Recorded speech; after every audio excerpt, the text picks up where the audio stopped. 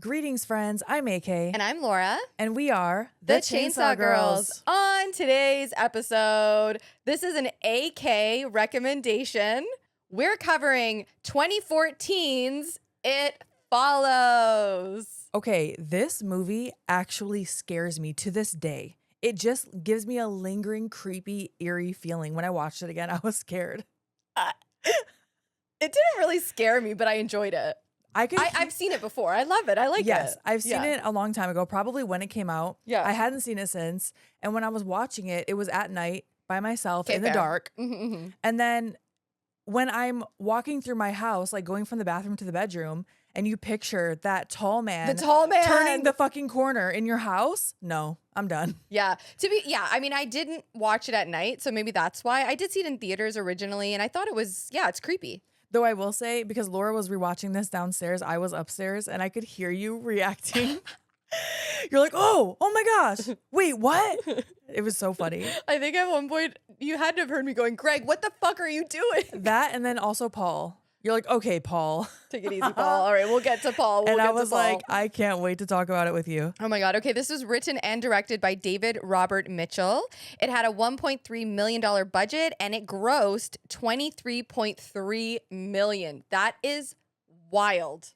And I'm just going to tell you right off the bat, this was shot in Michigan, baby. Oh, Detroit, baby. When I saw that, I went, oh, shit. Yeah, you already knew I was hype about that. And the funny thing is, I forgot about that part. Oh, really? Yeah, I just love this movie, and I forgot that it was a Michigan movie. I love that it's filmed in Detroit. I think they filmed it in 2013 in Detroit, actually. Yeah, 2013 in Detroit, and also I think Sterling Heights was one of the locations. Berkeley, Michigan was also a location. So exciting. I love it. No, this is a great movie. I'm excited to hop into it. Shall I read IMDb? Yes. I don't know why I paused there. I know. I was like, what letter's coming next?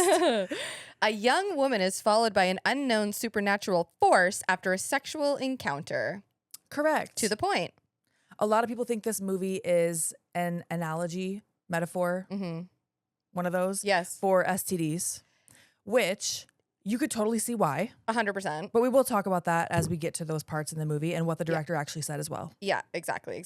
Should we just hop into it? Let's do it. All right. So we're opening up in a little suburban neighborhood.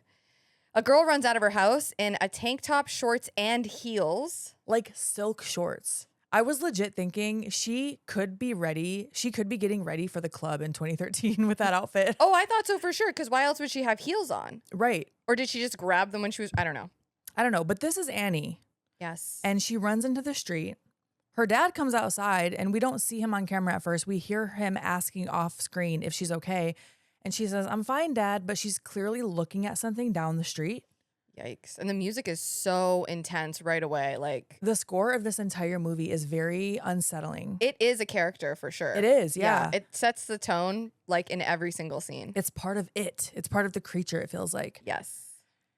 So she's clearly looking at something. She runs in a full circle across the lawn, across the street, and then goes back into the house. I did like that her neighbor asked if she was all right. Yeah. I like that. Friendly neighbors. Well, it's just sometimes neighbors don't. Sometimes people don't ask you. Oh my gosh, I don't really talk to my neighbors. Though if they were doing this, I'm at least gonna be looking out my window, I'm not gonna lie. If they look like they need help, I'll call someone. Sure. But anyway, I will say the second I saw this neighborhood, I knew it was Michigan. Without remembering that fact, I went, this feels like Michigan to me. Really? Yes. Oh, wow. Okay. Especially there's a scene coming up where I was like, I've been in neighborhoods that look just like this. I feel like I know where this is. Yeah. And also the director, David Robert Mitchell, is from Michigan. Oh, I love that. That's very cool. But for Annie's sake, not so cool. Not so cool. She runs right back out of the house, gets in the car, and speeds off. Her phone is ringing. It's her dad. She drives to the beach, all right? And she like collapses by the water, like she's in the sand. She looks real sad. The headlights are on. The visual of it is just heartbreaking. She just looks so scared and defeated. And we also can see that she seems to see something back by her car while she's on the phone because she has the headlights shining on her as she's sitting on the beach. And then we cut to Annie dead on the beach as the sun is rising. One of her legs are bent completely backwards the wrong way. Dude, she looks gnarly. With her heel still on. It's so unsettling and jarring. You're not expecting it. Yeah, for sure. And then we cut to Jay's house. Yes, we are introduced to Jay. She's scooping something out of her above ground pool. I also wrote above ground pool. I felt like that was an important part. I know. I don't know. Because it is, right? It's an above ground pool. It's to give you the visual. Give you the visual, yes. And so for context, Jay is 19 years old. Mm-hmm. And as we go on and we meet the other players, I'm going to tell you their ages. Because for a little bit of the movie, I was trying to figure out how old people were, especially because Hugh is 21. Yes. And the crew looks young. I did the same thing. Okay. Yeah. So, any hoogly boos, she gets in the pool. She's kind of floating. I was a little annoyed. There was a bug crawling on her arm, and rather than saving it, she just let it drown. I wasn't too impressed with that. I literally thought the exact thing when I watched this. I was like, Laura's going to hate that. It was an ant. So yeah, she drowns the bug, asshole. And then Kelly, we're introduced to Kelly, which is her sister. She comes outside and she tells Jay that Paul and Yara came over to watch a movie and if she wants to come hang. But Jay tells her that she actually has a date tonight. Mm-hmm. And Kelly even says, oh, I like him. Kelly's her younger sister, right? I would say she's probably a year younger than her, maybe 18. Because I saw somewhere that Kelly was the older sister, and I was like, "There's no way." Really? It wasn't a valid source. That's why I was like, I think they're just wrong. Okay, yeah, I did not catch that. I thought for sure Jay was the oldest, and Yeah. then Yara and Paul are a little younger than her. They're around 17. That makes sense. Yeah, those are her friends.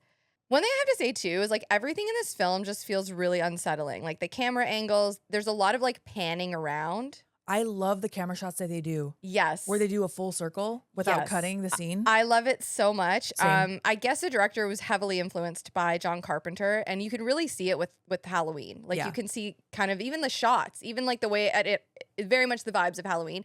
And also George A. Romero, he was a big influence on him. Yes. So, any hoogly boos, Paul, Yara, and Kelly are hanging out watching Killers from Space. Mhm. And Yara is reading an e-reader, but it's like a shell. And it's like two screens. So it almost looks like a little a Polly Pocket. a Polly Pocket opened up, but instead of it being a Polly Pocket, it's like screens. Yes. And she's reading a book. Which is not a real device. No. And the director did say that's one of the most frequent questions he's asked Yes. is, where can I get one of those? And does it exist? Dude, when I first saw this movie, I remember Googling right away, not where you get it, what era we're in. Because the director has stated that he made it ambiguous. He doesn't want you to know what time of the year it is. He doesn't want you to know what year it is. Yep. You can see by the way that they dress. Like some people look like they're dressing from the 60s. Some people look modern. Some people like it's very confusing on purpose. Yes. Because this isn't like a real world. Right. Right? Yeah. They do have cell phones, but they don't really focus on them. And they also look a little older. Yeah, no, and some of the vehicles are old. Yep. Some of them aren't old. It is confusing. Even the weather, like in some scenes, it seems like summer. In some scenes, it seems like fall. They're wearing big coats in some scenes. Like it's very, what's the word I'm looking for? Surreal? Yeah, like it's kind of confusing, but I like that about it. I do too. Mm-hmm. Even when they go into the house in this next scene, the living room decor looks like it could be from the 70s or the 80s. 100%, yes. And I love that. So that was like one of the first things I Googled. I remember being like, I wonder what year this is. Same. I ended up looking that up when I saw Jay's old box TV in her bedroom. That looked one of the really small boxes that still probably weighed like 100 pounds. No, for sure. Yeah. Mm-hmm. So Yara is reading on her little clamshell e-reader. Mm-hmm. And someone asks what she's reading, and she says it's The Idiot. And they ask, is it any good? And she says, I don't know yet. It's about Paul. And they really establish a banter and a rapport here between all the characters. Yeah. So it's basically Jay, her younger sister, Kelly. Yara is Kelly's friend. Paul is like all their friends. Sort Yeah, they're of. like childhood friends. They all grew up together. They all grew up together. And when Jay leaves the room, because, she's like dangling her wet hair on her sister, stuff like that. And when she leaves, you can see Paul looking at her in a way that indicates he probably has a little crush on her. Oh, for sure. We're going to find out he definitely has a little crush on her. He definitely, yes. And then we cut to Jay getting ready for her date. Yes. She's getting ready for her date with douchebag Hugh. Like as soon as you see him, so they're standing in line, right? Where they're waiting for the movies. Mm. Waiting in line to go to the movies. And as soon as you see him, captain of the douches. Right? I could see that, yeah. Come on. Like, as soon as you look at him, and the reason I say that is this, like, now in hindsight, I get it. He is looking around because he's paranoid. Right. But in the moment, when you don't know that, she's having this cute little conversation with him and she's trying to be vulnerable, right? And she's like, oh, she's like, you know, me and my sister, we play this game where we people watch. And so like you pick a person, right? Yep. And then you like decide that you want to switch lives with this person. And then I have to guess who it is. And then I have to guess why you'd want to switch lives with them. Yeah, it sounds like a really fun people watching game. Dude, no, for sure. I would love to play it. Why not? Especially when you're just waiting at the airport or something. Yeah. But he just doesn't seem that into it. And when I was first watching it, I remember being like, this guy's not that into her. Right. Because Which he's not. He's not. Right. But it made me sad that she can't tell. Yeah. I was like, oh no. Mm-hmm. He does not think this is cute. No, he's paranoid. He's paranoid. And we'll find out why really soon. And he has a plan, right? Like, Mm-hmm. oh, I hate him. Okay. So they're inside the movie theater and she says, I think you would choose that guy over there. Okay, another point. She goes, now it's my turn. He never fucking asked her. He never said, okay, now your turn. I'm sorry. I'm gonna stop. She's really just she is the one leading this conversation completely. Yeah. And so she thinks that he would choose the dad who is helping his son drink at the water fountain, and he goes, no, the kid. Which I understand many of us would love to be a kid again and not have responsibilities and basically be oblivious to the harsh realities of the world. However, I feel like if that was my first date with someone, that would be a little bit of a red flag, at least an orange flag. Because I don't know, I would be afraid that this person maybe lacks emotional maturity at the very least. I mean, yeah, if someone was like, I would want to be that little boy, I would seriously be like, okay, like, but what? Like, but it's because in context, it's because that little boy is oblivious and there isn't a fucking monster coming after him. So Yeah. of course, and his whole life's in front of him and this guy is about to face death. So of course he wants to go back in time and be a little kid. But to Right. answer your question, yes, absolutely. I would think that is at least orange. It's at least concerning, depending on how they elaborate it after. Mm-hmm. But we know a little more about Hugh, so I'm like, of course. Hugh, aka Jeff, aka douche canoe. Yes. Mhm. So now they're in the theater before the movie starts, and she made her pick, and now he has to guess. And he says, how about that girl in the yellow dress? And points back toward the door. Jay doesn't see a girl in a yellow dress, and neither do we. Uh-huh. And he's like, no, seriously, are you messing with me? Like that girl back there. And then you can see it in his face. Oh, that his face like drops, dude. he realizes she really does not see this girl in the yellow dress. And he immediately cuts her off. Can we go? Can we go? Like you can feel the panic because before she even answers, he gets up and starts walking away. Immediately, you would be like, okay, why is your ex-girlfriend in the theater with us? And she does ask him as they're walking out, like, okay, who was the girl in the yellow dress? Did you know this person? Yeah, exactly. He says he was just feeling sick. I would be super concerned. Like all this stuff is adding up to me wanting to go home. I don't know if I'd want a second date, honestly. No, and they don't have, well, we'll get there, but they do go to dinner. Mhm. So the date doesn't end here. They do go to dinner. Maybe he saved it. Maybe conversation saved the. Well, he has to because he needs her. Yeah, he does. Yeah, and also when they go to this little diner and they're like chatting over dinner or whatever, and you can see in the background through the glass window that there is someone walking towards that diner. Mm-hmm. Yikes. Okay, we cut to the next day and Jay and Kelly are walking down the street together. Their outfits are very 60s to me here. But Jay kind of tells her sister about the date. She tells her about him being kind of weird and you know, running out of the theater. She also tells her that she hasn't hooked up with him yet. He definitely wants to. Yeah. And the music here, to me, it kind of sounded like full of wonder. It's not really intense here. It's more like playful. Yeah. Kind of playful energy. Also, this is the scene where I was like, oh, this is Michigan. This is a Michigan neighborhood. I have been in this neighborhood, I feel like. Oh, that's so cool. I love that. I always feel that way when I see things like from Toronto. Yeah. Yeah.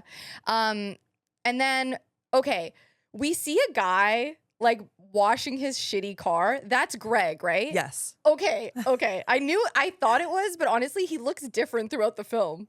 Okay. Like certain shots, I was like, is that the same person? I felt that way when we see him looking out the window later. I was like, wait, this is Greg, right? Exactly. Yeah. Yes. Exactly. And so then the camera, again, it's panning all around, which I love. And it really feels like Halloween. Yes. Like it has like strong Halloween vibes here. Yes. Mhm. And now we do cut, and we cut to Hugh and Jay making out by the water. Oh, no. Water is also a recurring theme in this movie, Mm-hmm. which then turns into them hooking up in Hugh's car. Oh God, I was like cringing. I was like, no, don't give it up to this guy. Don't do Please it. don't do it. Because Hugh feels like, and we know more, of course, in Yeah. hindsight, but even what Jay is Sorry, given. can I rewind for 1 second? I don't want to say give it up. I think that Okay, sounds okay. kind of gross. Okay. Let me just pick Like, up. don't do it. Just say Yeah. like, don't do it. Like, girl, don't do it. I know. Oh. It's because, yes, we have hindsight. We know more about the situation and we are only seeing what they're showing us. But Hugh feels like he's giving her the bare minimum. That is right? Dude, that is my notes. My note says he's giving you the bare minimum. And having sex with someone that you saw potential in and they just like fail you, it's horrible. Don't do it. It's a bad idea. Don't do it. Don't do it. But they do. Yes. And after, she's lying in the backseat of his car. She's kind of like on her stomach, just chatting, reminiscing. Also, and when she's on her stomach talking to him, she's telling him things from childhood. Like she's being vulnerable again with him. Yeah. Like, Yeah, you know what I mean? She's laying there naked in the backseat of his car, opening up to him about shit. Yeah. And oh God, it makes me so mad. And he just kind of, I guess kind of crawls on top of her, but it looks playful. Like I don't know if he kissed her back or if his head just disappeared for a second. Yeah, he does. He like kisses her back. It looks like he's being affectionate. And then he fucking chloroforms her. Dude. This is very distressing. I remember, dude, when I first saw this movie, I remember being like, what the fuck? Yeah, and you're confused because you're wondering why would he be doing that? They Yeah. just hooked up. Yeah. Is he going to kill her? Because why else would you do that? Right, exactly. Well, And we're about to find out. she just seems like a really sweet girl, Yeah. and this guy just really fucking sucks. Yeah. So Jay wakes up tied to a wheelchair in the remnants of an abandoned building. They were definitely in Detroit for this. Yeah. And she comes to and she's like, obviously, what the fuck is going on? And he tells her, you're not going to believe me, but I need you to remember what I'm saying. Oh, yeah. And he's also like walking around with a flashlight. He's like looking around at shit. And it's, yeah, if you woke up in this situation, terrifying. Yeah, you think, oh, this crazy person is going to kill me. Yeah. But he tells her, this thing, it's going to follow you. Somebody gave it to me and I passed it to you back in the car. Ew. And then he tells her, which Ew. also, like, the violation on so many levels. You trusted this person. You trusted your body with this person. Dude, it's gross, man. He tells her it could look like someone you know, or it could look like a stranger, whatever it needs to get close to you. And sometimes I think it looks like people you love just to hurt you. And you're like, what the fuck are you going on about? Like what are you talking about? Dude, this is why I wore this hat for this fucking episode. It says boys lie if you can't read it Boys on camera. lie, man. He's such a liar. I mean, he's telling her the truth here, but he set her up. Yeah. Like, you infected her. Dude, he infected her. It's so friggin' gross. I hate this fucking guy. And so, of course, people would liken this to an STD. In a way, it is a sexually transmitted disease, sure. A sexually transmitted monster, man. I never thought about sexually transmitted monster. So he's walking around, like you said. He's very paranoid. And then he says, I see it. Looking out of, I can't even say the window because this is an abandoned like structure, but it's like remnants of a structure. Yeah, dilapidated for sure. Yes. And then he wheels her chair over to the edge where they look down and they see what looks like a naked woman slowly walking toward the building that they're in. Oh, yeah. She looks really fucking creepy, man.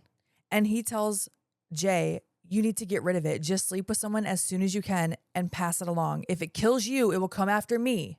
Dude, not only that, but he grabs the wheelchair and just like crazily, I don't even know if that's a word, but just like runs her up towards where that woman is so that she can see her. And she's tied to the wheelchair, dude. Yeah. Like, you don't know if he's going to like run you off a cliff or something. Right. Or you're in on this with this woman. Yeah, and like, this I'd be is so some weird, scared. It's insane. Some weird ritual. I don't know what's going on. Mm-hmm. The woman now is in the area they're in and walking toward Jay. Ugh. This at the same slow, steady pace. And Hugh says, I'm just doing this so that you know it's real. Jay is still tied to this fucking chair. He's the worst. Oh my God. And you think like he's just going to let her attack her? I don't know. I can't imagine how she feels. Just totally helpless. Yeah. As the woman gets closer, Hugh does take Jay in the chair and runs away with her, like pushes her away to get away. Mm-hmm. And he says, never stay in a room with only one exit. It's slow, but it's not dumb. Now at home, we see Kelly, Yara, and Paul are on the porch playing cards. Mm-hmm. I thought maybe they were playing euchre because that's a very Michigan game. However, I believe they were playing Old Maid. Oh, I remember that game. I only remember it with a specific Old Maid deck where it had like an old lady on it. Yeah, yeah. But I think you can play with regular cards too. So Old Maid, if you don't know, involves passing a single Old Maid card around. You saw them drawing cards from each other. The goal is to not be the person left holding it when all the other cards are matched. Yikes. And Kelly is reading or Yara, sorry, is reading from her little shell book. And one of the things she says in it is basically saying, like, you have to sit and wait. Yes. And so I didn't even think about the old maid thing. I love how those two things are basically the plot of the film. Yes. Or like, having like sitting and waiting. Yeah. And you don't want to be stuck with what has been given to you. You can't be left holding it because it's going to come after you. Yeah, exactly. Oof. Ooh. So Hugh rolls up in front of their house, drops, why did I write Kelly? Drops Jay off literally in the street in her underwear. On the pavement. Yeah. He says, don't let it touch you, and speeds off. She is on the ground hunched over. Like, you can't, oh my God. It's you infuriating. Had to dump her like that? Yeah.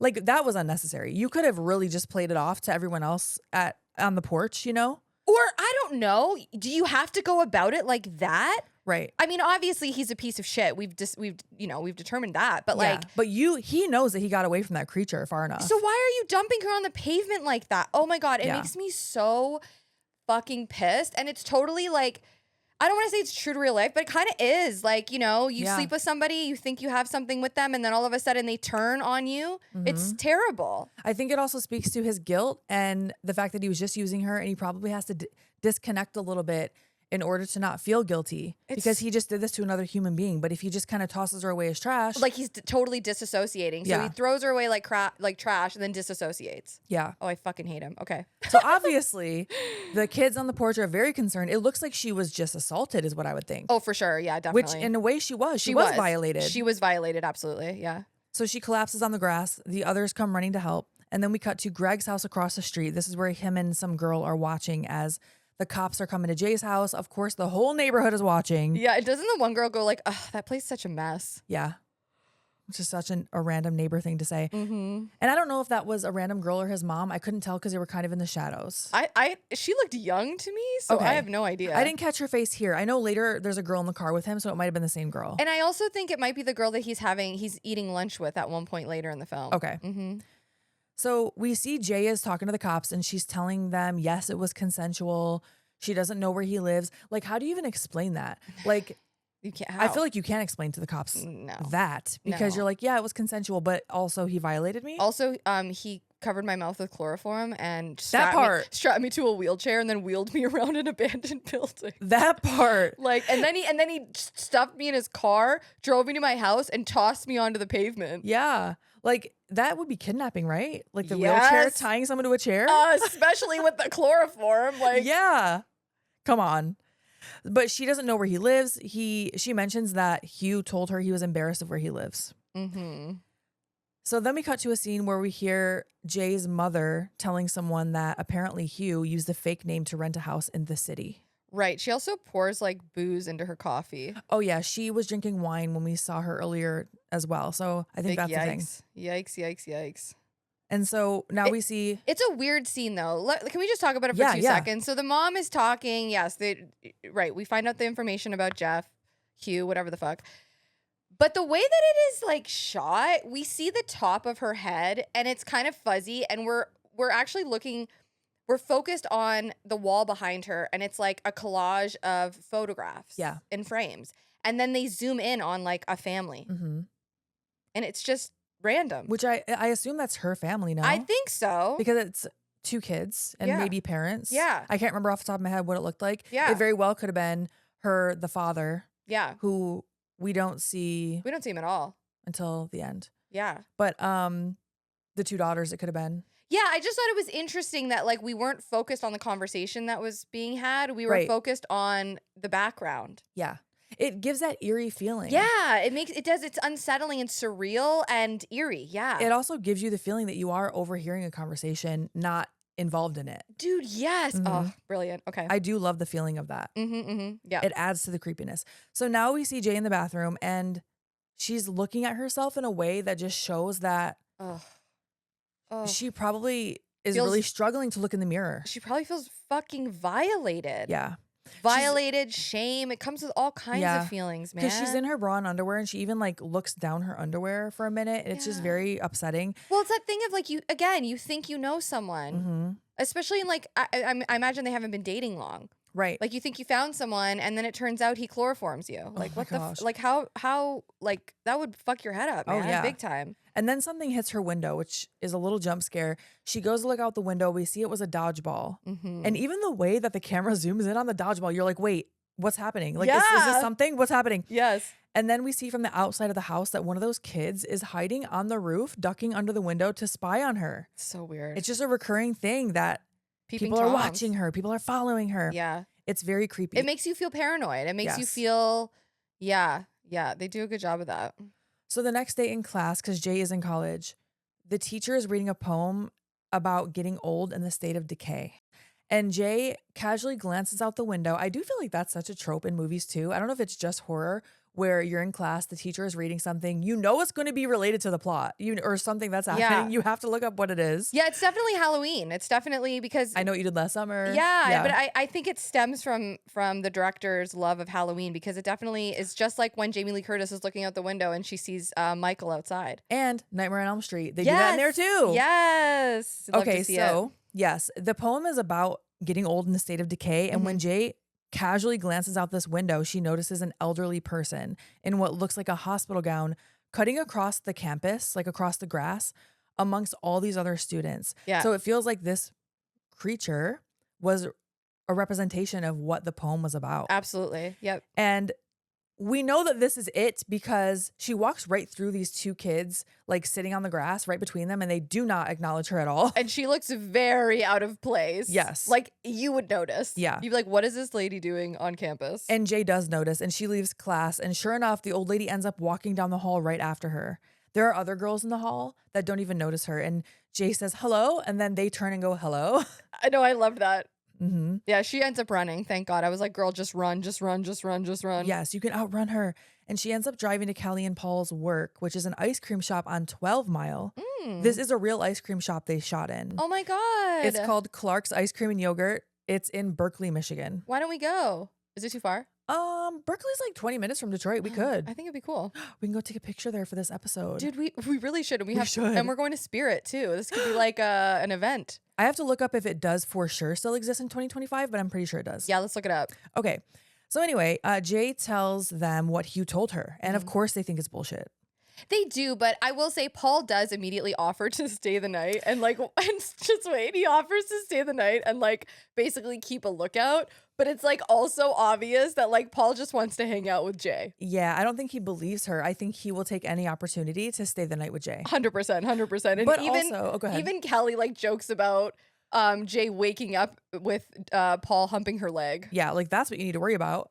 Like, which I will say Paul does feel harmless. He feels Yeah. like he does just have a crush. He does, yeah. But throughout this movie, I'm like, Paul. I know. I was really like he likes her so much that he will. I mean, he does some self-sacrificing that is very questionable. Yeah, he does.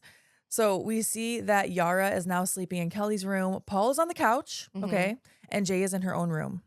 And honestly, I remember summers as a kid being like this. Like all of my siblings' friends being over, some are sleeping in the room, some are on the couch, like just every day in the summer, random people were over my house. And I miss that so much. No, same. I remember it too. So Jay can't sleep and she goes downstairs to sit on the couch to watch more black and white movies with Paul. Yeah, we do find out here that like, yes, Paul has a crush on her. She knows Paul has a crush on her. I guess they kissed at one point years ago. He also kissed Kelly. Yes. And she was like, that's fucking weird, dude. Like, why would you kiss two sisters? Yeah.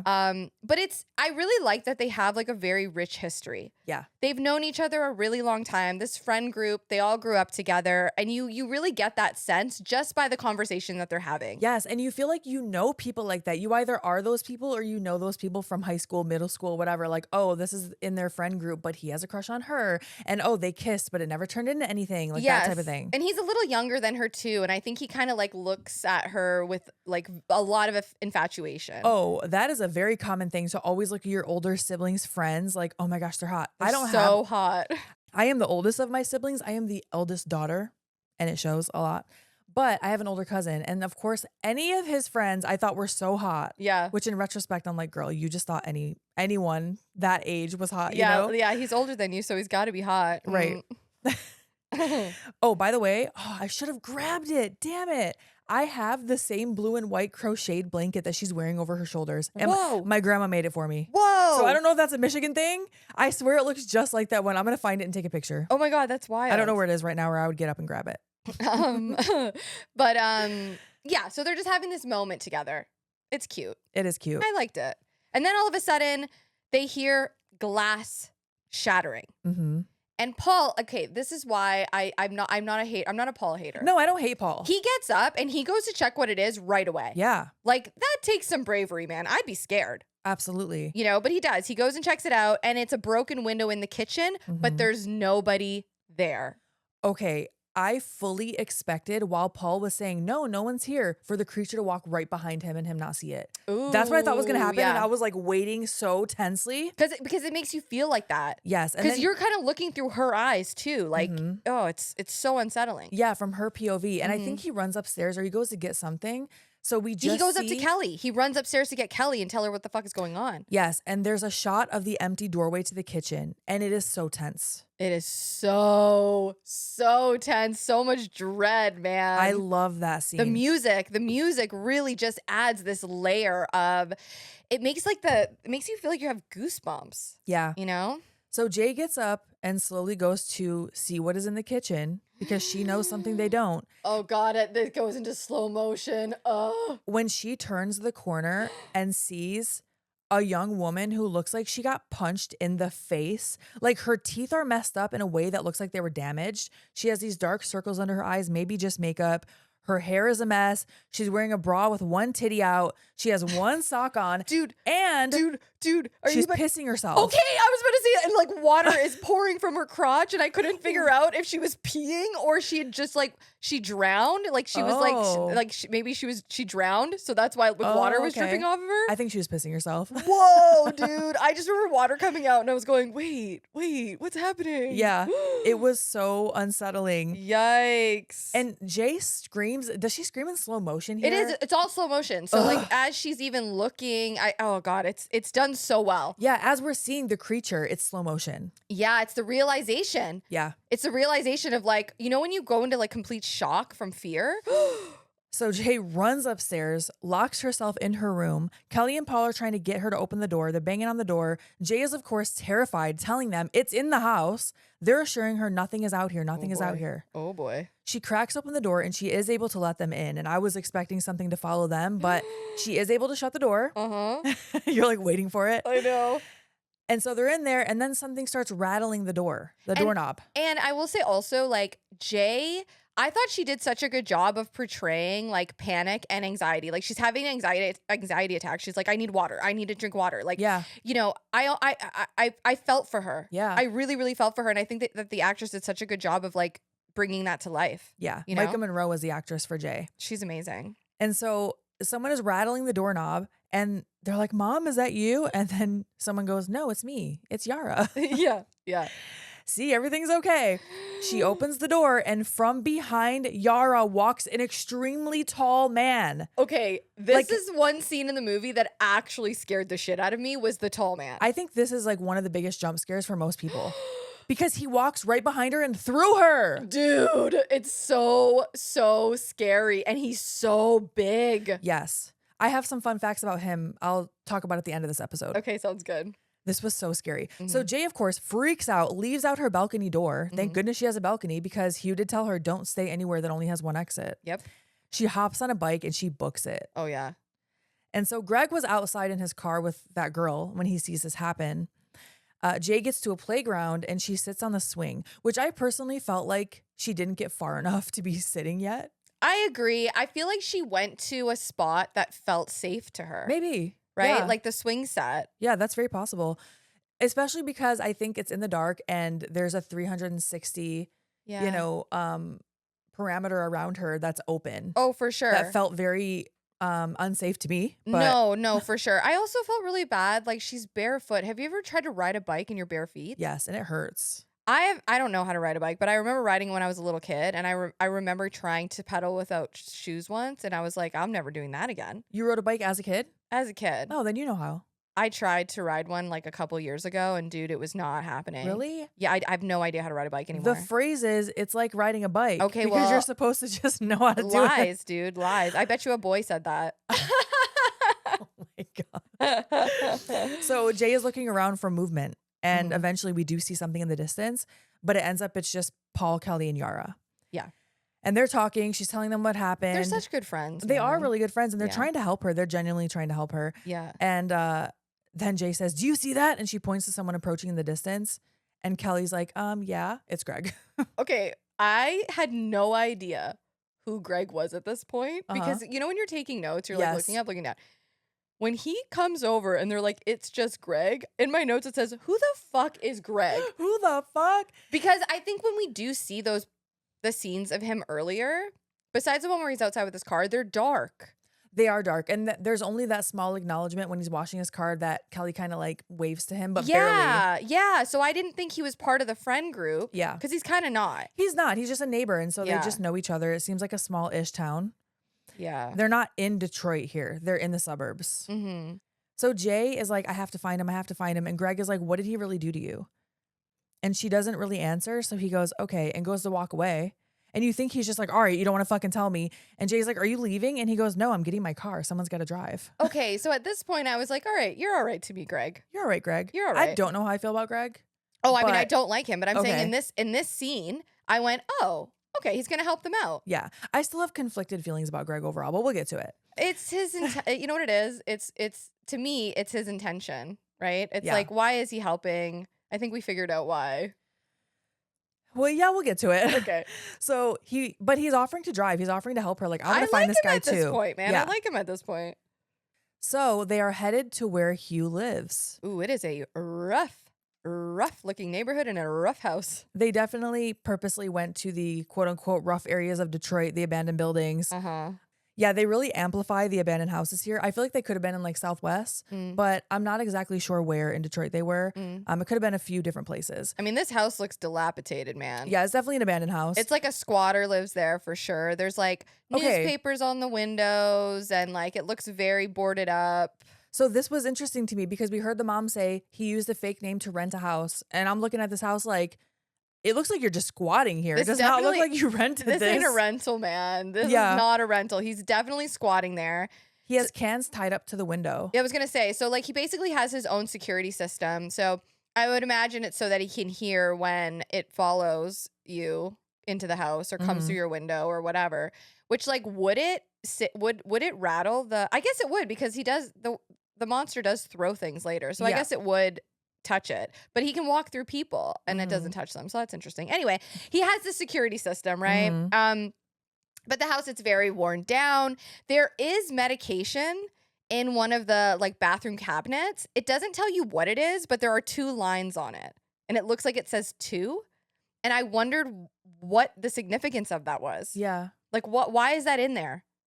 Yeah, I don't know why they would focus on it either. I didn't end up looking into that detail, but I wonder if it was something to help him stay awake. I don't know. Or maybe it was something to help him sleep, actually. I don't know. Dude, I don't know. I just thought that was kind of interesting. And then Paul is in another area of the house. He finds Hugh's room, which is essentially just a nasty-ass mattress on the ground, porno magazines, and a bunch of used tissues. Okay, can you imagine being in the situation where a creature is trying to kill you nonstop and still being horny? No. In what world are you like, man, I really got to crank one out? Especially in that built like in that house. But you know what? I have heard of people that is a way they relieve stress, of course. Well, it is, I know that in general, but I mean like even under duress, they'll still be like, I got to crank one out. You know what I mean? I don't know. Yeah, it's you know what? Listen, I am not going to shame someone. Yeah, no shame. If that's how you're dealing with your trauma, man. But it couldn't be me. It couldn't be me, man. I would not be able. No. I also said, Paul, don't touch that magazine. Right. There's used tissues everywhere. You know what hands have been touching that magazine. Yeah. Buddy. But anyways, he does, and he starts flipping through it, and all of a sudden, he finds a photograph, and it's a picture of Hugh with some girl, and it looks like he's wearing like a Letterman jacket, and it's Jay that recognizes it, correct? Yeah, they recognize where the Letterman jacket is from that the girl was wearing. Yeah. Yes, Lawson High School. So now we have a little piece of the puzzle of who Hugh actually is. Yeah, and they think someone there must know his name, Yes. his real name. Exactly. So they go to, oh, go ahead. Okay, my question to you is this. When did Jay figure out that his name wasn't Hugh? When they go to the school. Oh, because the police, I think, when they, whatever they did, because that's why the mom knows. Got you. That he used the fake name. Okay. So they go to the school to try to find his real name, and they do a really cool shot where the camera spins in the full circle here again. Yeah. And we see them walk into the school. It pans all the way around. When we see the window, we see someone walking directly toward the camera, which has so far been an indication that might be the creature, but it does look like a student. And then it just keeps panning, and we see Jay and Greg in the office, and we don't hear what's happening. It just all feels very ominous. But then Greg and Jay get back to the car, and they tell the others, because Yara, Kelly, and Paul are there in the backseat, that his name is Jeff. Yes, Jeff Redman. And one thing about this movie that I think they do really well is the atmosphere. It's very bleak. Yes. It's very full of dread. And you know I don't really like movies like that. Yeah. But I feel like the way that they do it, especially with the score, it's really, really, really good. Yeah. It reminds me of The Exorcist. Yeah, okay. That dread and like, you know, but without it being so heavy-handed that you're like, okay, I get it. You're trying to make it dreadful. Right. Do you know what I mean? Yeah. I think they just hit it so well. Yeah, I agree. So, yes, this is Jeff Redman. They also decide not to tell the police.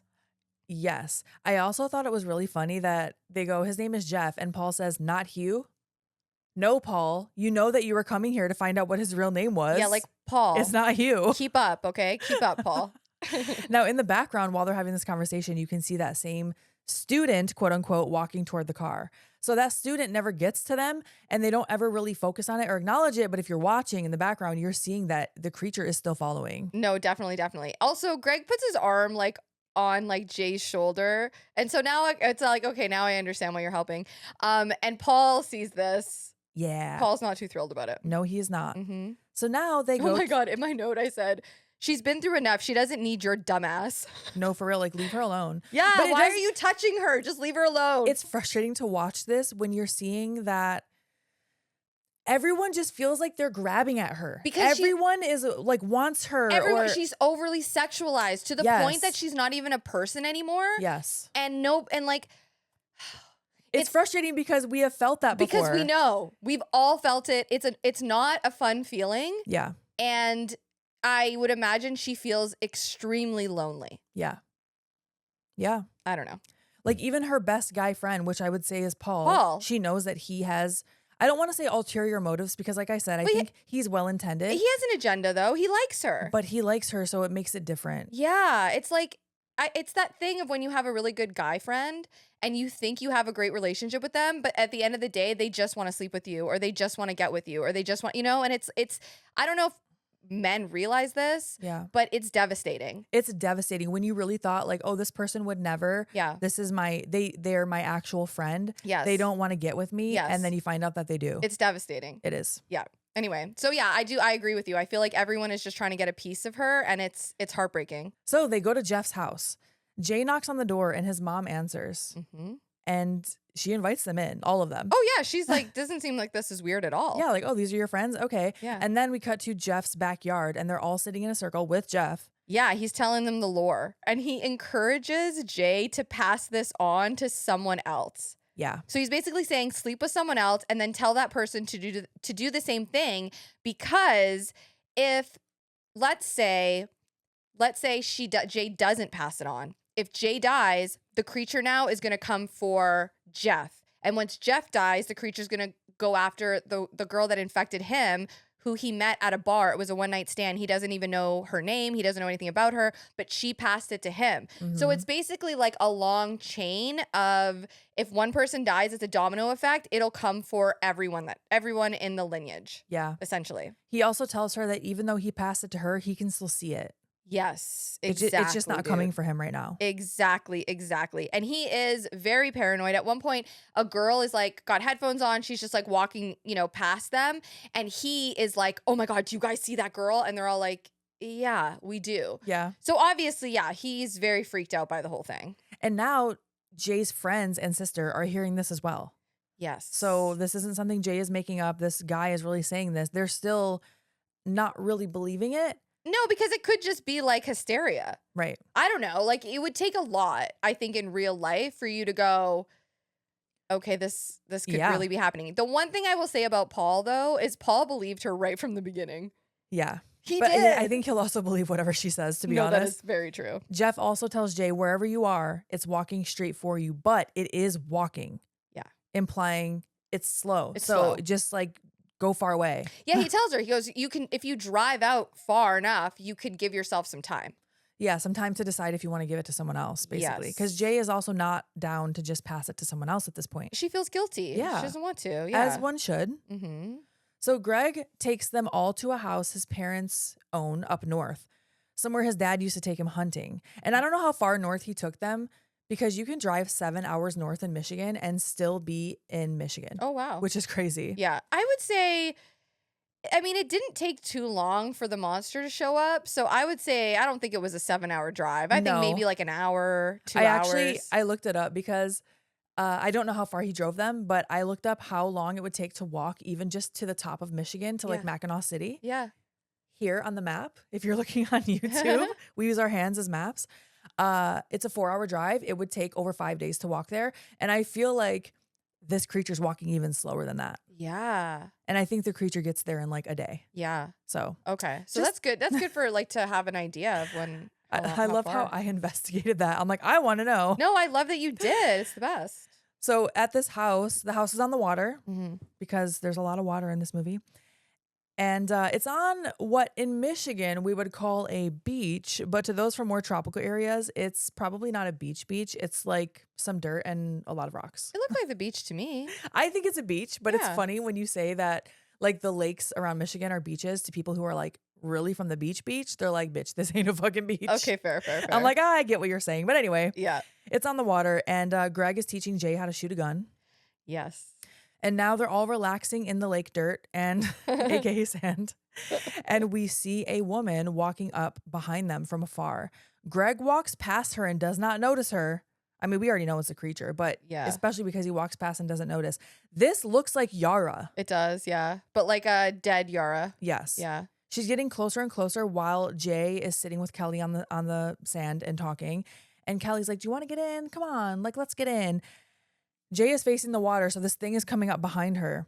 And we see Jay's hair just float up on its own. Dude, this Because is crazy. This creature is grabbing her by the hair. So we're basically seeing what Kelly is seeing, Yeah. which is it's just floating up on its own. Paul gets up, hits the area with a chair. The chair like explodes and then he gets launched across the beach. He goes flying back. Yep. They all run, of course, screaming to this shed thing, except Greg because he went pee in the woods or something. And Jay, Oh yeah, he's just peeing off to the side. Yeah. Yeah. And so Jay from the shed starts shooting the creature. She finally hits it in the neck, but it falls and gets right back up. Like it no-sells that bullet completely. I thought she was gonna shoot Greg by accident the whole time. Greg is trying to run back, like, what's going on? What's going on? And he's ducking, yelling, don't shoot, because she's shooting in his direction. Yeah, exactly. Also, Paul has a huge like gash on his where the monster like launched him. Yeah. On his side. Huge cuts. Mm-hmm. Jay, they're locked in the shed now. Greg is outside. Jay sees the tall man past the window. So scary. So this thing also changes form pretty regularly. Oh yeah, it's shape-shifting for sure. Something starts pounding on the door, and now they can all hear this. Like Kelly and Paul and Yara can hear this too. Yep. And then it blows a hole through the door, like the bottom of the door. Greg appears and he's like, "What'd you do to the door?" And they're like, "We didn't do anything. It's out there." And then Greg kind of disappears for a second. I think I heard you go, "Where'd you go, Greg?" Or something when you were watching did. it. I was like, Greg, where are you going, man?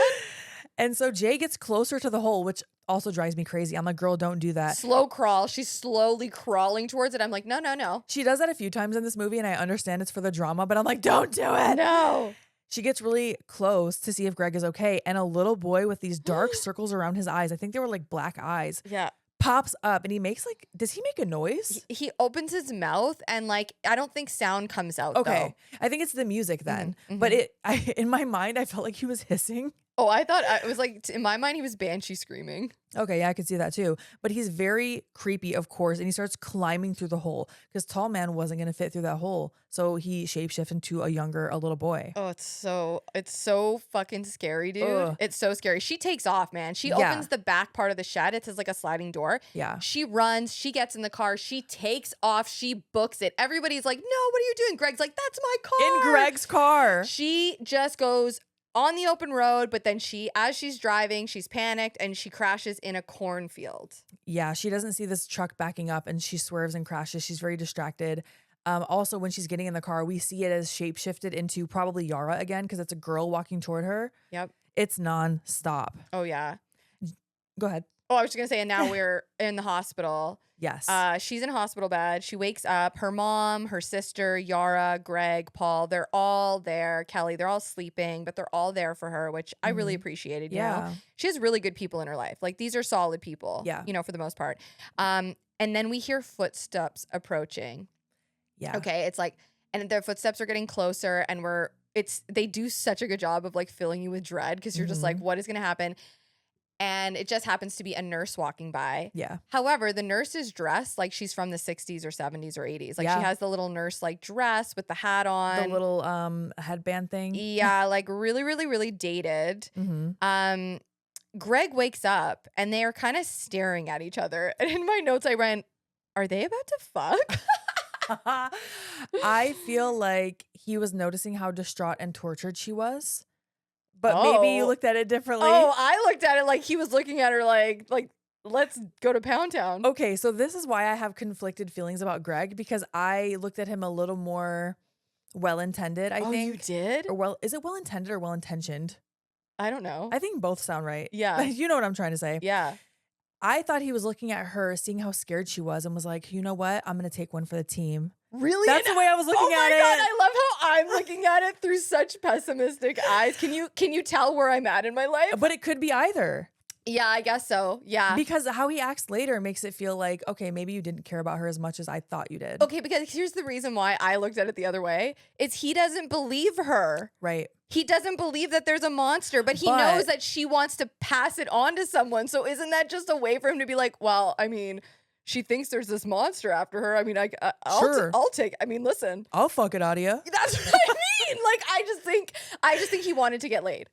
I thought that maybe even if he didn't believe her, he goes, you know what? This is gonna make her think that she got rid of it. Oh, you are looking at him with such such an optimistic point of view. Like, to be fair, I don't know. Maybe I'm just pessimistic because no, I think that I was thinking about that as I was watching this, but now in hindsight, knowing more, I don't know that I still think that. And also the themes of like everybody just wanting a piece of her. Yes. It falls in line with that. Like he's looking at her like this is an easy opportunity for me. Yeah. Which I hate to say. It really grosses me out to even fucking say that. But like that's the way I read it. I don't know. Yeah. You tell us what you guys think. Yeah, I'm curious because later that night he does pay her another little All right, fuck it. I was going to clap, but never mind. He does pay her another little visit. And they just full on bang in this hospital bed. So you were right. Those were the vibes, I guess. Can I just say, like, having sex in a hospital bed, like, I don't know. It just doesn't do it for me, man. Like, I know you're in a sterile environment, but yeah, for me, it was having sex on top of the sheets, not under them. Like, what if a nurse walked in? Oh, you know? Like, you would think that they would at least try to hide it a little bit. Greg doesn't care. Of course he does not care. I would think she would, if anyone, but. And also when something that like, oh God, I feel like I'm taking this so seriously, but like they zoom in on her face and she looks so she's disassociating. She's not even there, man. I wrote that too. It broke my heart. It really just made me feel really, really sad for her. Yeah. Ugh. And then we cut to Greg socializing with other girls after this. He's having lunch with them. This is definitely the girl that he's been hanging out with, I think. And it's another reason why I think Greg is just... Oh, so maybe he had a girlfriend this entire time. I think he did have a girlfriend, and I think he still slept with this girl. I'm telling you. Boys lie. Okay. Paul is noticing Greg putting his hand on Jay's leg, things like that. And Greg is telling Jay he still has not seen it. And later on, we see Jay back at home in her pool again. now with a cast on her arm. And Greg comes over to see her. The other kids are on the porch, Kelly and Paul. He comes over, and this is where we find out that he doesn't believe her. Right, because they tell her Jay is hiding in her room. She doesn't want to open her door. And, I'll tell her to call you later. Yeah, and he also says nothing's following him. Right. Did you already say that? No, but you're correct. Oh, okay. Yeah, he tells them, no, nothing's following me. Yeah, because Paul's like, look, that chair broke in midair and something knocked me over. Like something happened. And Greg says something happened, but it's not what she thinks. Yeah. So I'm like, okay, can you elaborate on that, Greg? But no, he just leaves. But yeah, to me, it's like, if I was Greg and Paul is telling me that, I would be a little concerned. Yeah, like, wait, what did knock you over? Yeah. And what did give you those giant gashes on your stomach? Yeah, Greg doesn't care. And Kelly saw her hair get lifted into midair from nothing. Yeah. So I don't know, but he does not seem convinced. He's not seeing anything. And that night we see that Jay is sitting in her room, keeping watch outside her bedroom window. Mm-hmm. She's just observing, nothing's really going on. Cars driving by. And then she suddenly sees Greg walking down the street in all white pajamas is what it looks like. Oh, that was Greg? That's Greg. Oh, yes. So the monster shifted himself to look like Greg. Yes. Oh. Because Greg goes up to, she tries knocking on the window to get his attention, but he doesn't respond. And then we see Greg, quote unquote, try to open his front door. Yeah. And it doesn't open. Then he throws a rock through his front window. And this is where Jay's like, oh, fuck. This is not Greg. Yeah. She runs across the street. She bangs on the door. She's screaming for Greg. Wake up, wake up. Then she ends up climbing through the window too. Where the fuck is his mother? I don't know. Maybe she's not home. I mean, guess. We're going to see her in a minute, sort of. But Jay gets to the hallway where his mom, allegedly, is banging on the door repeatedly. Just like bam, bam, bam, bam, bam, nonstop. It's very weird. Very not like a human would do. Mm-hmm. It's also the same cadence, it's just unnatural. Jay tries to yell to Greg, don't open the door. But it's too late. He opens the door and he's like, what the fuck, mom? His mom is just standing there. We see also one titty out. That was a thing that happened more than once in this movie. She leaps onto him. Okay. This creature portraying itself as Greg's mom is basically raping him. She is. Yeah. 100%. And it kills you through sex. So we now know what the creature is trying to do. It's not just trying to stab you or whatever. It's trying to have sex with you. It all goes into how it's passed through sex, and it's essentially an STD, but one you can get rid of by passing it on, at least temporarily. It's a monster STD. It's so disturbing. Oh, it's like, you guys, if you're watching on YouTube, you can see me just recoiling. Yes. It's making me feel so uncomfortable. I will also say they do show that the creature, because it's a creature, right? It's not a human. Yeah. She's still dressed like she's in a robe and her underwear. Yeah. Her underwear aren't off. Greg's pants aren't off. So it's not graphic in that sense. But it's absolutely assault. It's so disturbing. Yeah, it is. And Greg is dead. And his face is gray. Yes. And the lights are also flickering in the room too, which really adds to the whole fucked up vibe. And Jay is just looking on in horror. Yeah. And then it dawns on her, I have to get out of here because if he's dead, this monster is now coming for me. Yeah. So she gets in her car and you can see it following her in the background. Yes, and it changed back into that form of Greg. Yes, exactly, dude. Oh, it is so scary. She drives very far into the woods. It's the same area, I think, that Greg had taken them. It could be. Because it looked like it. Because it had the beach, it had the woods. It was it seemed like a similar place. She is by the lake again, but also being in Michigan, I mean, that could be any lake. Fair. The lakes are all surrounding us, but she sees a boat out in the distance with a few guys hanging out on it.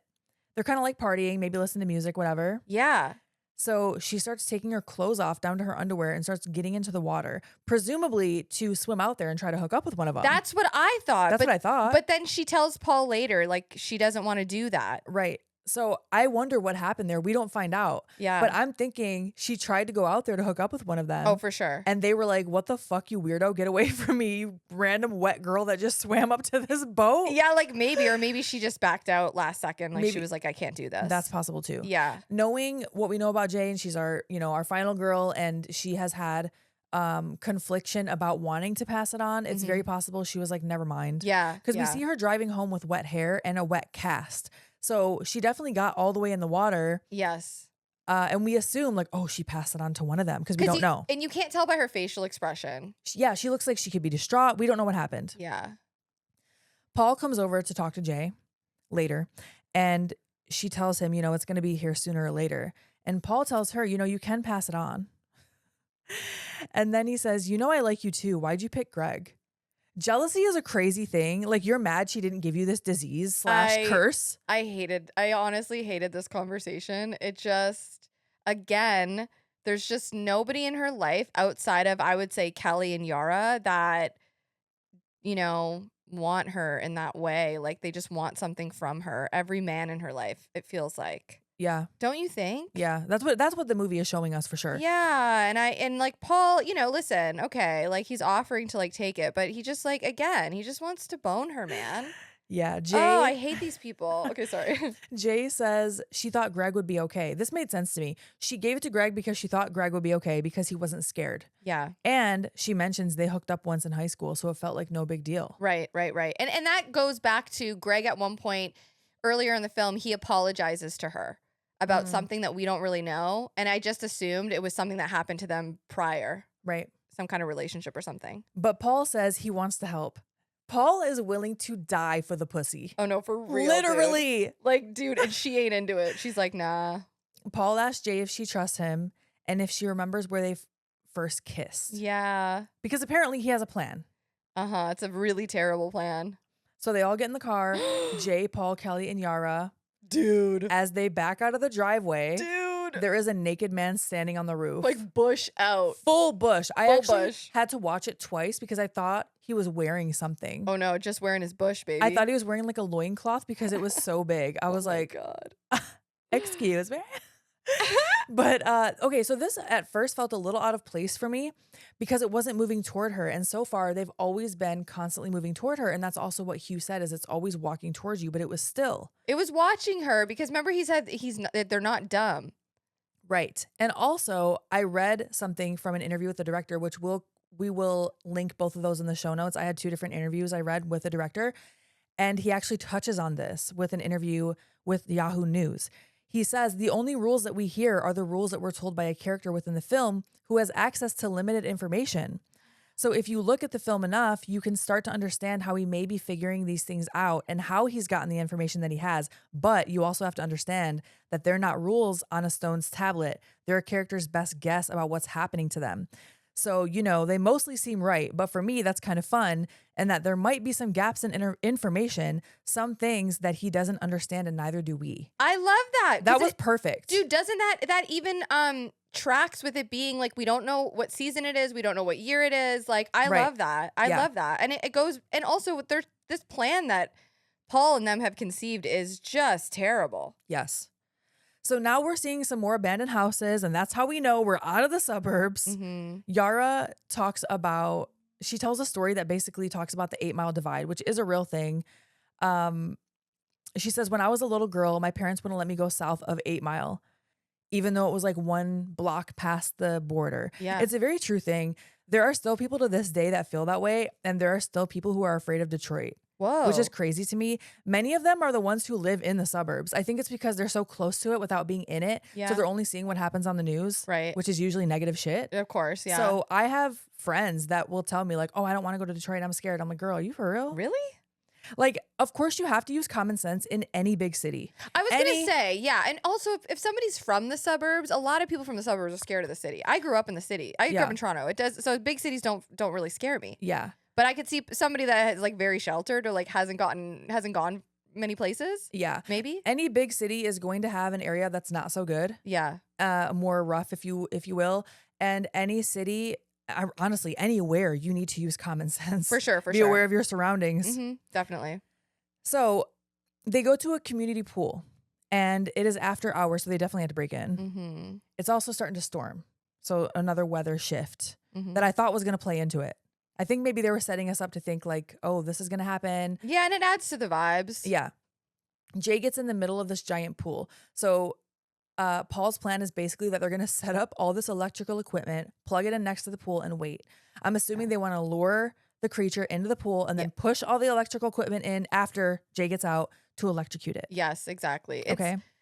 It's not like the worst plan I've ever heard, but it's also not a good plan, and it really puts Jay at risk. It puts all of them at risk, but it especially puts Jay at risk. Yes. So when I saw the storm, I thought, oh, it's going to work, except the storm is going to knock the power out.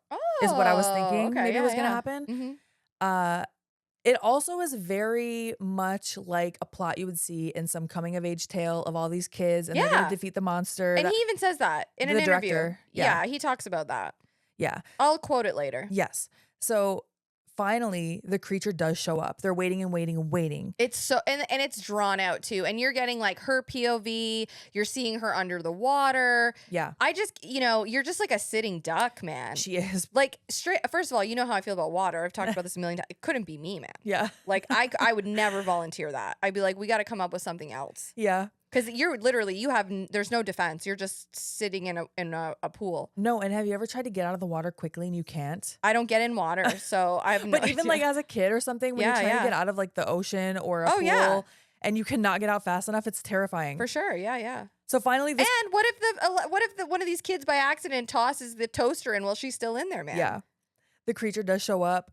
We cannot see it, but Jay can. And Kelly asks what it looks like, and Jay says, I don't want to tell you. Mm-hmm. And then Paul says to Jay, keep your finger pointed at it so we know where it is. But it is not moving and it's not getting in the water. It's just staring at her. Because it ain't dumb, It's not dumb. Yeah. And then one of the items, I don't know, one of the radios or whatever it is, a typewriter. They had so many random items. Yeah. Electronics plugged in. It floats up on its own and flies toward Jay. Yep. So the good news is it doesn't electrocute her. Mm-hmm. And I was curious as to why. I was wondering, is it because it's a smaller item with a lower voltage and it's so much water? But I think it's probably because when he's throwing it, it's getting unplugged. Yeah, I think they're just getting unplugged. I'm pretty sure. Because, so one of the... Yo, she's getting hit with these objects, man. She gets hit with an iron at one point. I went like this. I was going to clap. No, it's good. An iron, yeah. That's the problem, is she's getting hit with them now. Yes. It's like a hairdryer, a TV, a radio. Dude, it's wild. So now we can see what the creature looks like, that it looks like a man, who we will find out looks like Jay and Kelly's dad. It's awful, dude. So Paul is trying to shoot toward where he thinks it's coming from. Which, by the way, when he just started shooting, it scared the shit out of me. I was like, oh, he's going to shoot someone for sure. And he does. He shoots Yara in the leg. He shoots fucking Yara.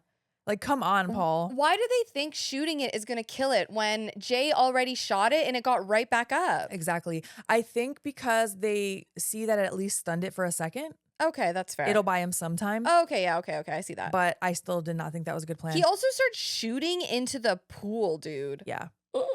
So Kelly throws a blanket over where the objects are being lifted. So smart. So you can see where he is. Yeah. Paul can see where he is and shoots it in the head. It falls into the water. So it does buy them a second because we know they just get back up. Yeah. Jay is trying to get out of the pool at this point after being hit with a bunch of random items. And she's almost out and it grabs her ankle. Dude, it grabs her. It is... Okay. There are reasons I don't go in the water. One of them is the fear of something grabbing me and pulling me under. The main reason you don't get in the water is the fear of this creature grabbing you underwater. You know, when we rewatched A Nightmare on Elm Street, I remembered why the bathtub used to scare me. It's Jaws and Nightmare on Elm Street, man. It just fucked me right up. Yeah. But yeah, this creature grabs her by the leg, so she's fighting to get out, right? Like she's having a really hard time getting out. Eventually, it does pull her underwater. There's a struggle, but Paul starts shooting into the water while she's in there with the creature. Oh my, I was so scared for her. I was like, Paul, if you shoot her, if you're the one. That was a very big possibility. And there is a really cool underwater shot of her struggling to get away with him grabbing her ankle. Yeah. Paul has to shoot a few times, but he is available. He is able to shoot it in its head eventually. And they do pull her out. Jay does get out of the water. Yes. She backs up. Okay. They're all sort of like, you know, by the water, by the pool, but whatever. Okay. Paul asks if it's still down there. Okay. Yeah, if Jay can still see it. She starts crawling towards the pool. She's so open to just getting snatched. Dude, it made me so uncomfortable. Yeah. I was like, oh, I was just cringing the whole time because she's moving so slow. There's so much dread. There's so much fear. And I know that's the point, but that's also what I was talking about earlier, where she's moving so slow towards something and you're like, don't do it that slow. Like you would not get that close to the pool. But I No. understand it's to fill you with that emotion. Yeah, and you do feel her fear. Yeah. You feel it so like viscerally. And as she gets closer, we see that the entire pool is being filled with blood. Yeah. Then we cut to Jay on top of Paul. Paul is finally having his moment. They are having sex. Oh, I don't know how I feel about it, man. I really don't. They're having sex in a wood panel room at one of their houses, maybe Paul's house. Sure, yeah. Paul, my guy. I hate wood paneling so much. This felt so depressing to me, and I don't know if it was the lackluster desperation on both of their ends, really, or if it was the wood paneling.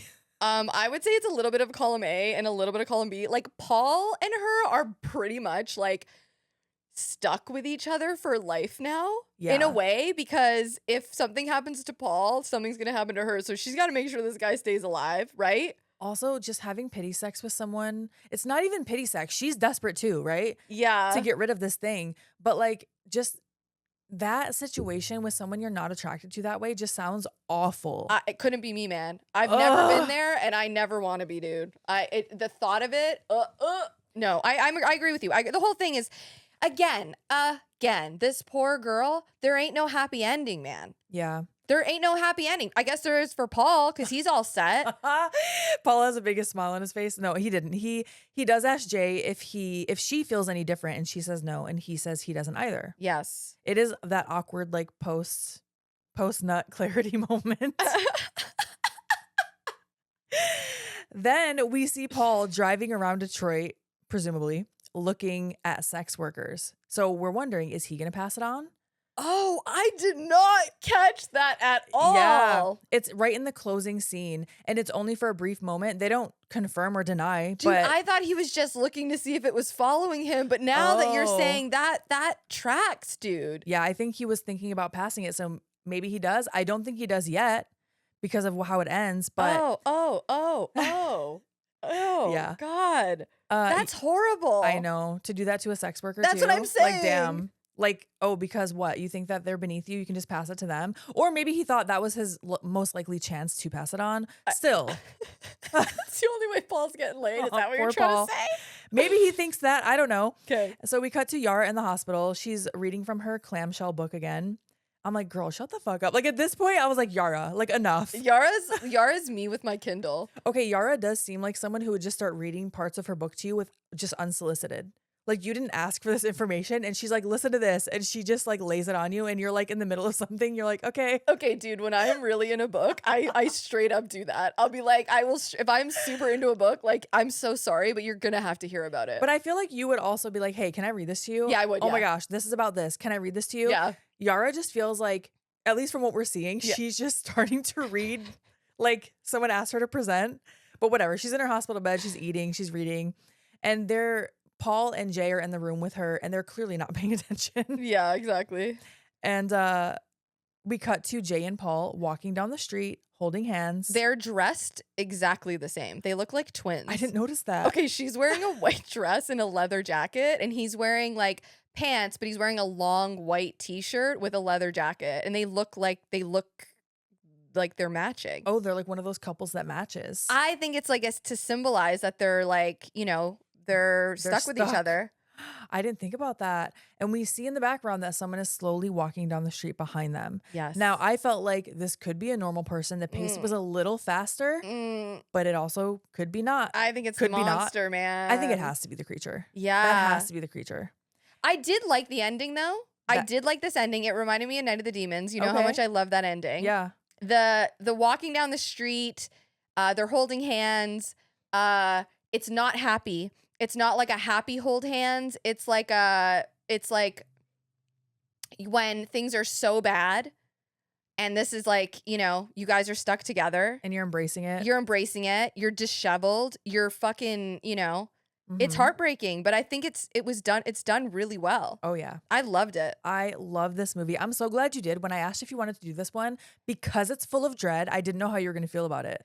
This is one of the ones filled with dread that I actually like because, again, it reminds me of The Exorcist. The score is so captivating. It just hooks you the whole time.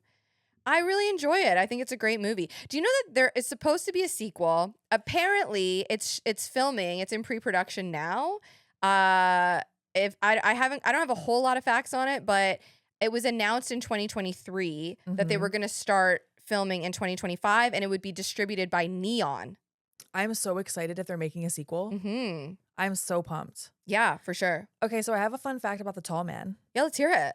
Okay, so the tall man is Mike Lanier, and I hope I'm pronouncing that correctly. He is from Michigan. He was known as Michigan's tallest man at 7'7". Whoa. So I read that him and his brother Jim were the tallest twins in the world. They had a Guinness record. Whoa. I couldn't think of what it was called. 7'7"? 7'7". Whoa. Wore a size 17 shoe. Unfortunately, he did pass away in 2018. Oh. He was only 48 years old. Oh, that sucks. But he was a Michigan legend. Wow. And I love that he got a part in this movie. Yeah, that's awesome. He was very tall and very scary. Very scary. Whoa. Honestly, I think that was my favorite jump scare in the whole movie when he walks behind Yara. 100%. Mhm. 100%. The score was done by Disaster Piece, and I think they recorded it in like 3 weeks or something, like pretty quickly. They killed it. No, I think it's one of the best scores. It's so good. It's so freaking good. I love it so much. Do you know the Whalem scream? You can hear the Whalem scream in this. Oh, really? Yeah, it's when Jay and Paul are watching like a 1950s sci-fi movie. I forget what the name of the movie was. But yeah, they Killers from Space. You hear the Wayland scream. Do you guys know what this Wayland scream is? Do you want me to explain what it is? Yes. Okay, let's do it. So the Wayland scream, apparently it originates from a series of sound effects recorded in 1951, and because the cost of creating sound effects was so high at the time, it was reused in a whole bunch of films, including the original A Star Is Born. And since then, you can hear the Wayland scream in Star Wars, Gremlins, Anchorman, Indiana Jones, among a lot of other movies. And I think somebody looked into this. I forgot the guy's name, but he did some research on it. And I guess the voice actor is Sheb Woolley. And Sheb Woolley's wife confirms that is her late husband's voice that does the Wayland scream. Okay, so what many people want to know when they watch this movie is, where did the idea come from, of course. Oh, yes, yeah. The director does talk about this in interviews. Also about the STD thing. Yep. And there was another thing that it's in my notes. I'm going to go through some of them now, and then some we will save for the Patreon extended. So for the idea for It Follows, he says that it came from a dream when he was a kid. And he basically built on it later. And he didn't use images from that dream necessarily because he still remembers it, which is wild. But he was working on the story, and in the back of his mind, he thought it would be nice to have this monster, this creature, be passable some way. Right. So naturally he thought, like, okay, maybe through sex. It wasn't to make it a metaphor for an STD, but he also is very aware of why that it seems that way. Right. He does say he doesn't have a problem with anyone seeing it that way. It's not necessarily his favorite read, but he does think it's valid. Oh, okay. And he thinks that, he says to me, a part of the fun of a horror film is having people dissect it and analyze it and look at it from a different point of view. And I'm okay with there being a separation between my intention and other people's interpretation. I love that. I love that too. I just think like dulling it down to like, well, it's actually just a movie about STDs. Right. I just don't think that's fair. Yeah, I agree. I don't know. I think that's all the fun facts I have for the main episode. I think the rest I'll save for Patreon. I'm so glad we covered this. It was such a good ride. I love this movie. Thank you so much for watching, listening. If you would be so kind to give us a 5-star review wherever you listen to your podcast, Apple Music, Spotify, all those fun things. Follow our YouTube. That also helps the podcast a lot. We're on social media, Instagram, TikTok at Chainsaw Girls Pod. We do have a Gmail, chainsawgirlspod@gmail.com. And we have a Patreon. I do have them pulled up. Hell yeah, let's go. Every month we shout out our top tier patrons. So here we go right motherfucking now. We have Ryan K. We have Gamers360, Angel R, Jolene, David G, John M, Jonathan W, Rob V, David T, Heather D, Franchise Driller, Millie C, Adrian G, Chris S, Alexis T, Adam VL, and James C. Oh my gosh, I can't believe I got through that in one take. Yes. Woo! Thank you so much. That list feels like it's growing. We love you so much and appreciate you. Okay, bye.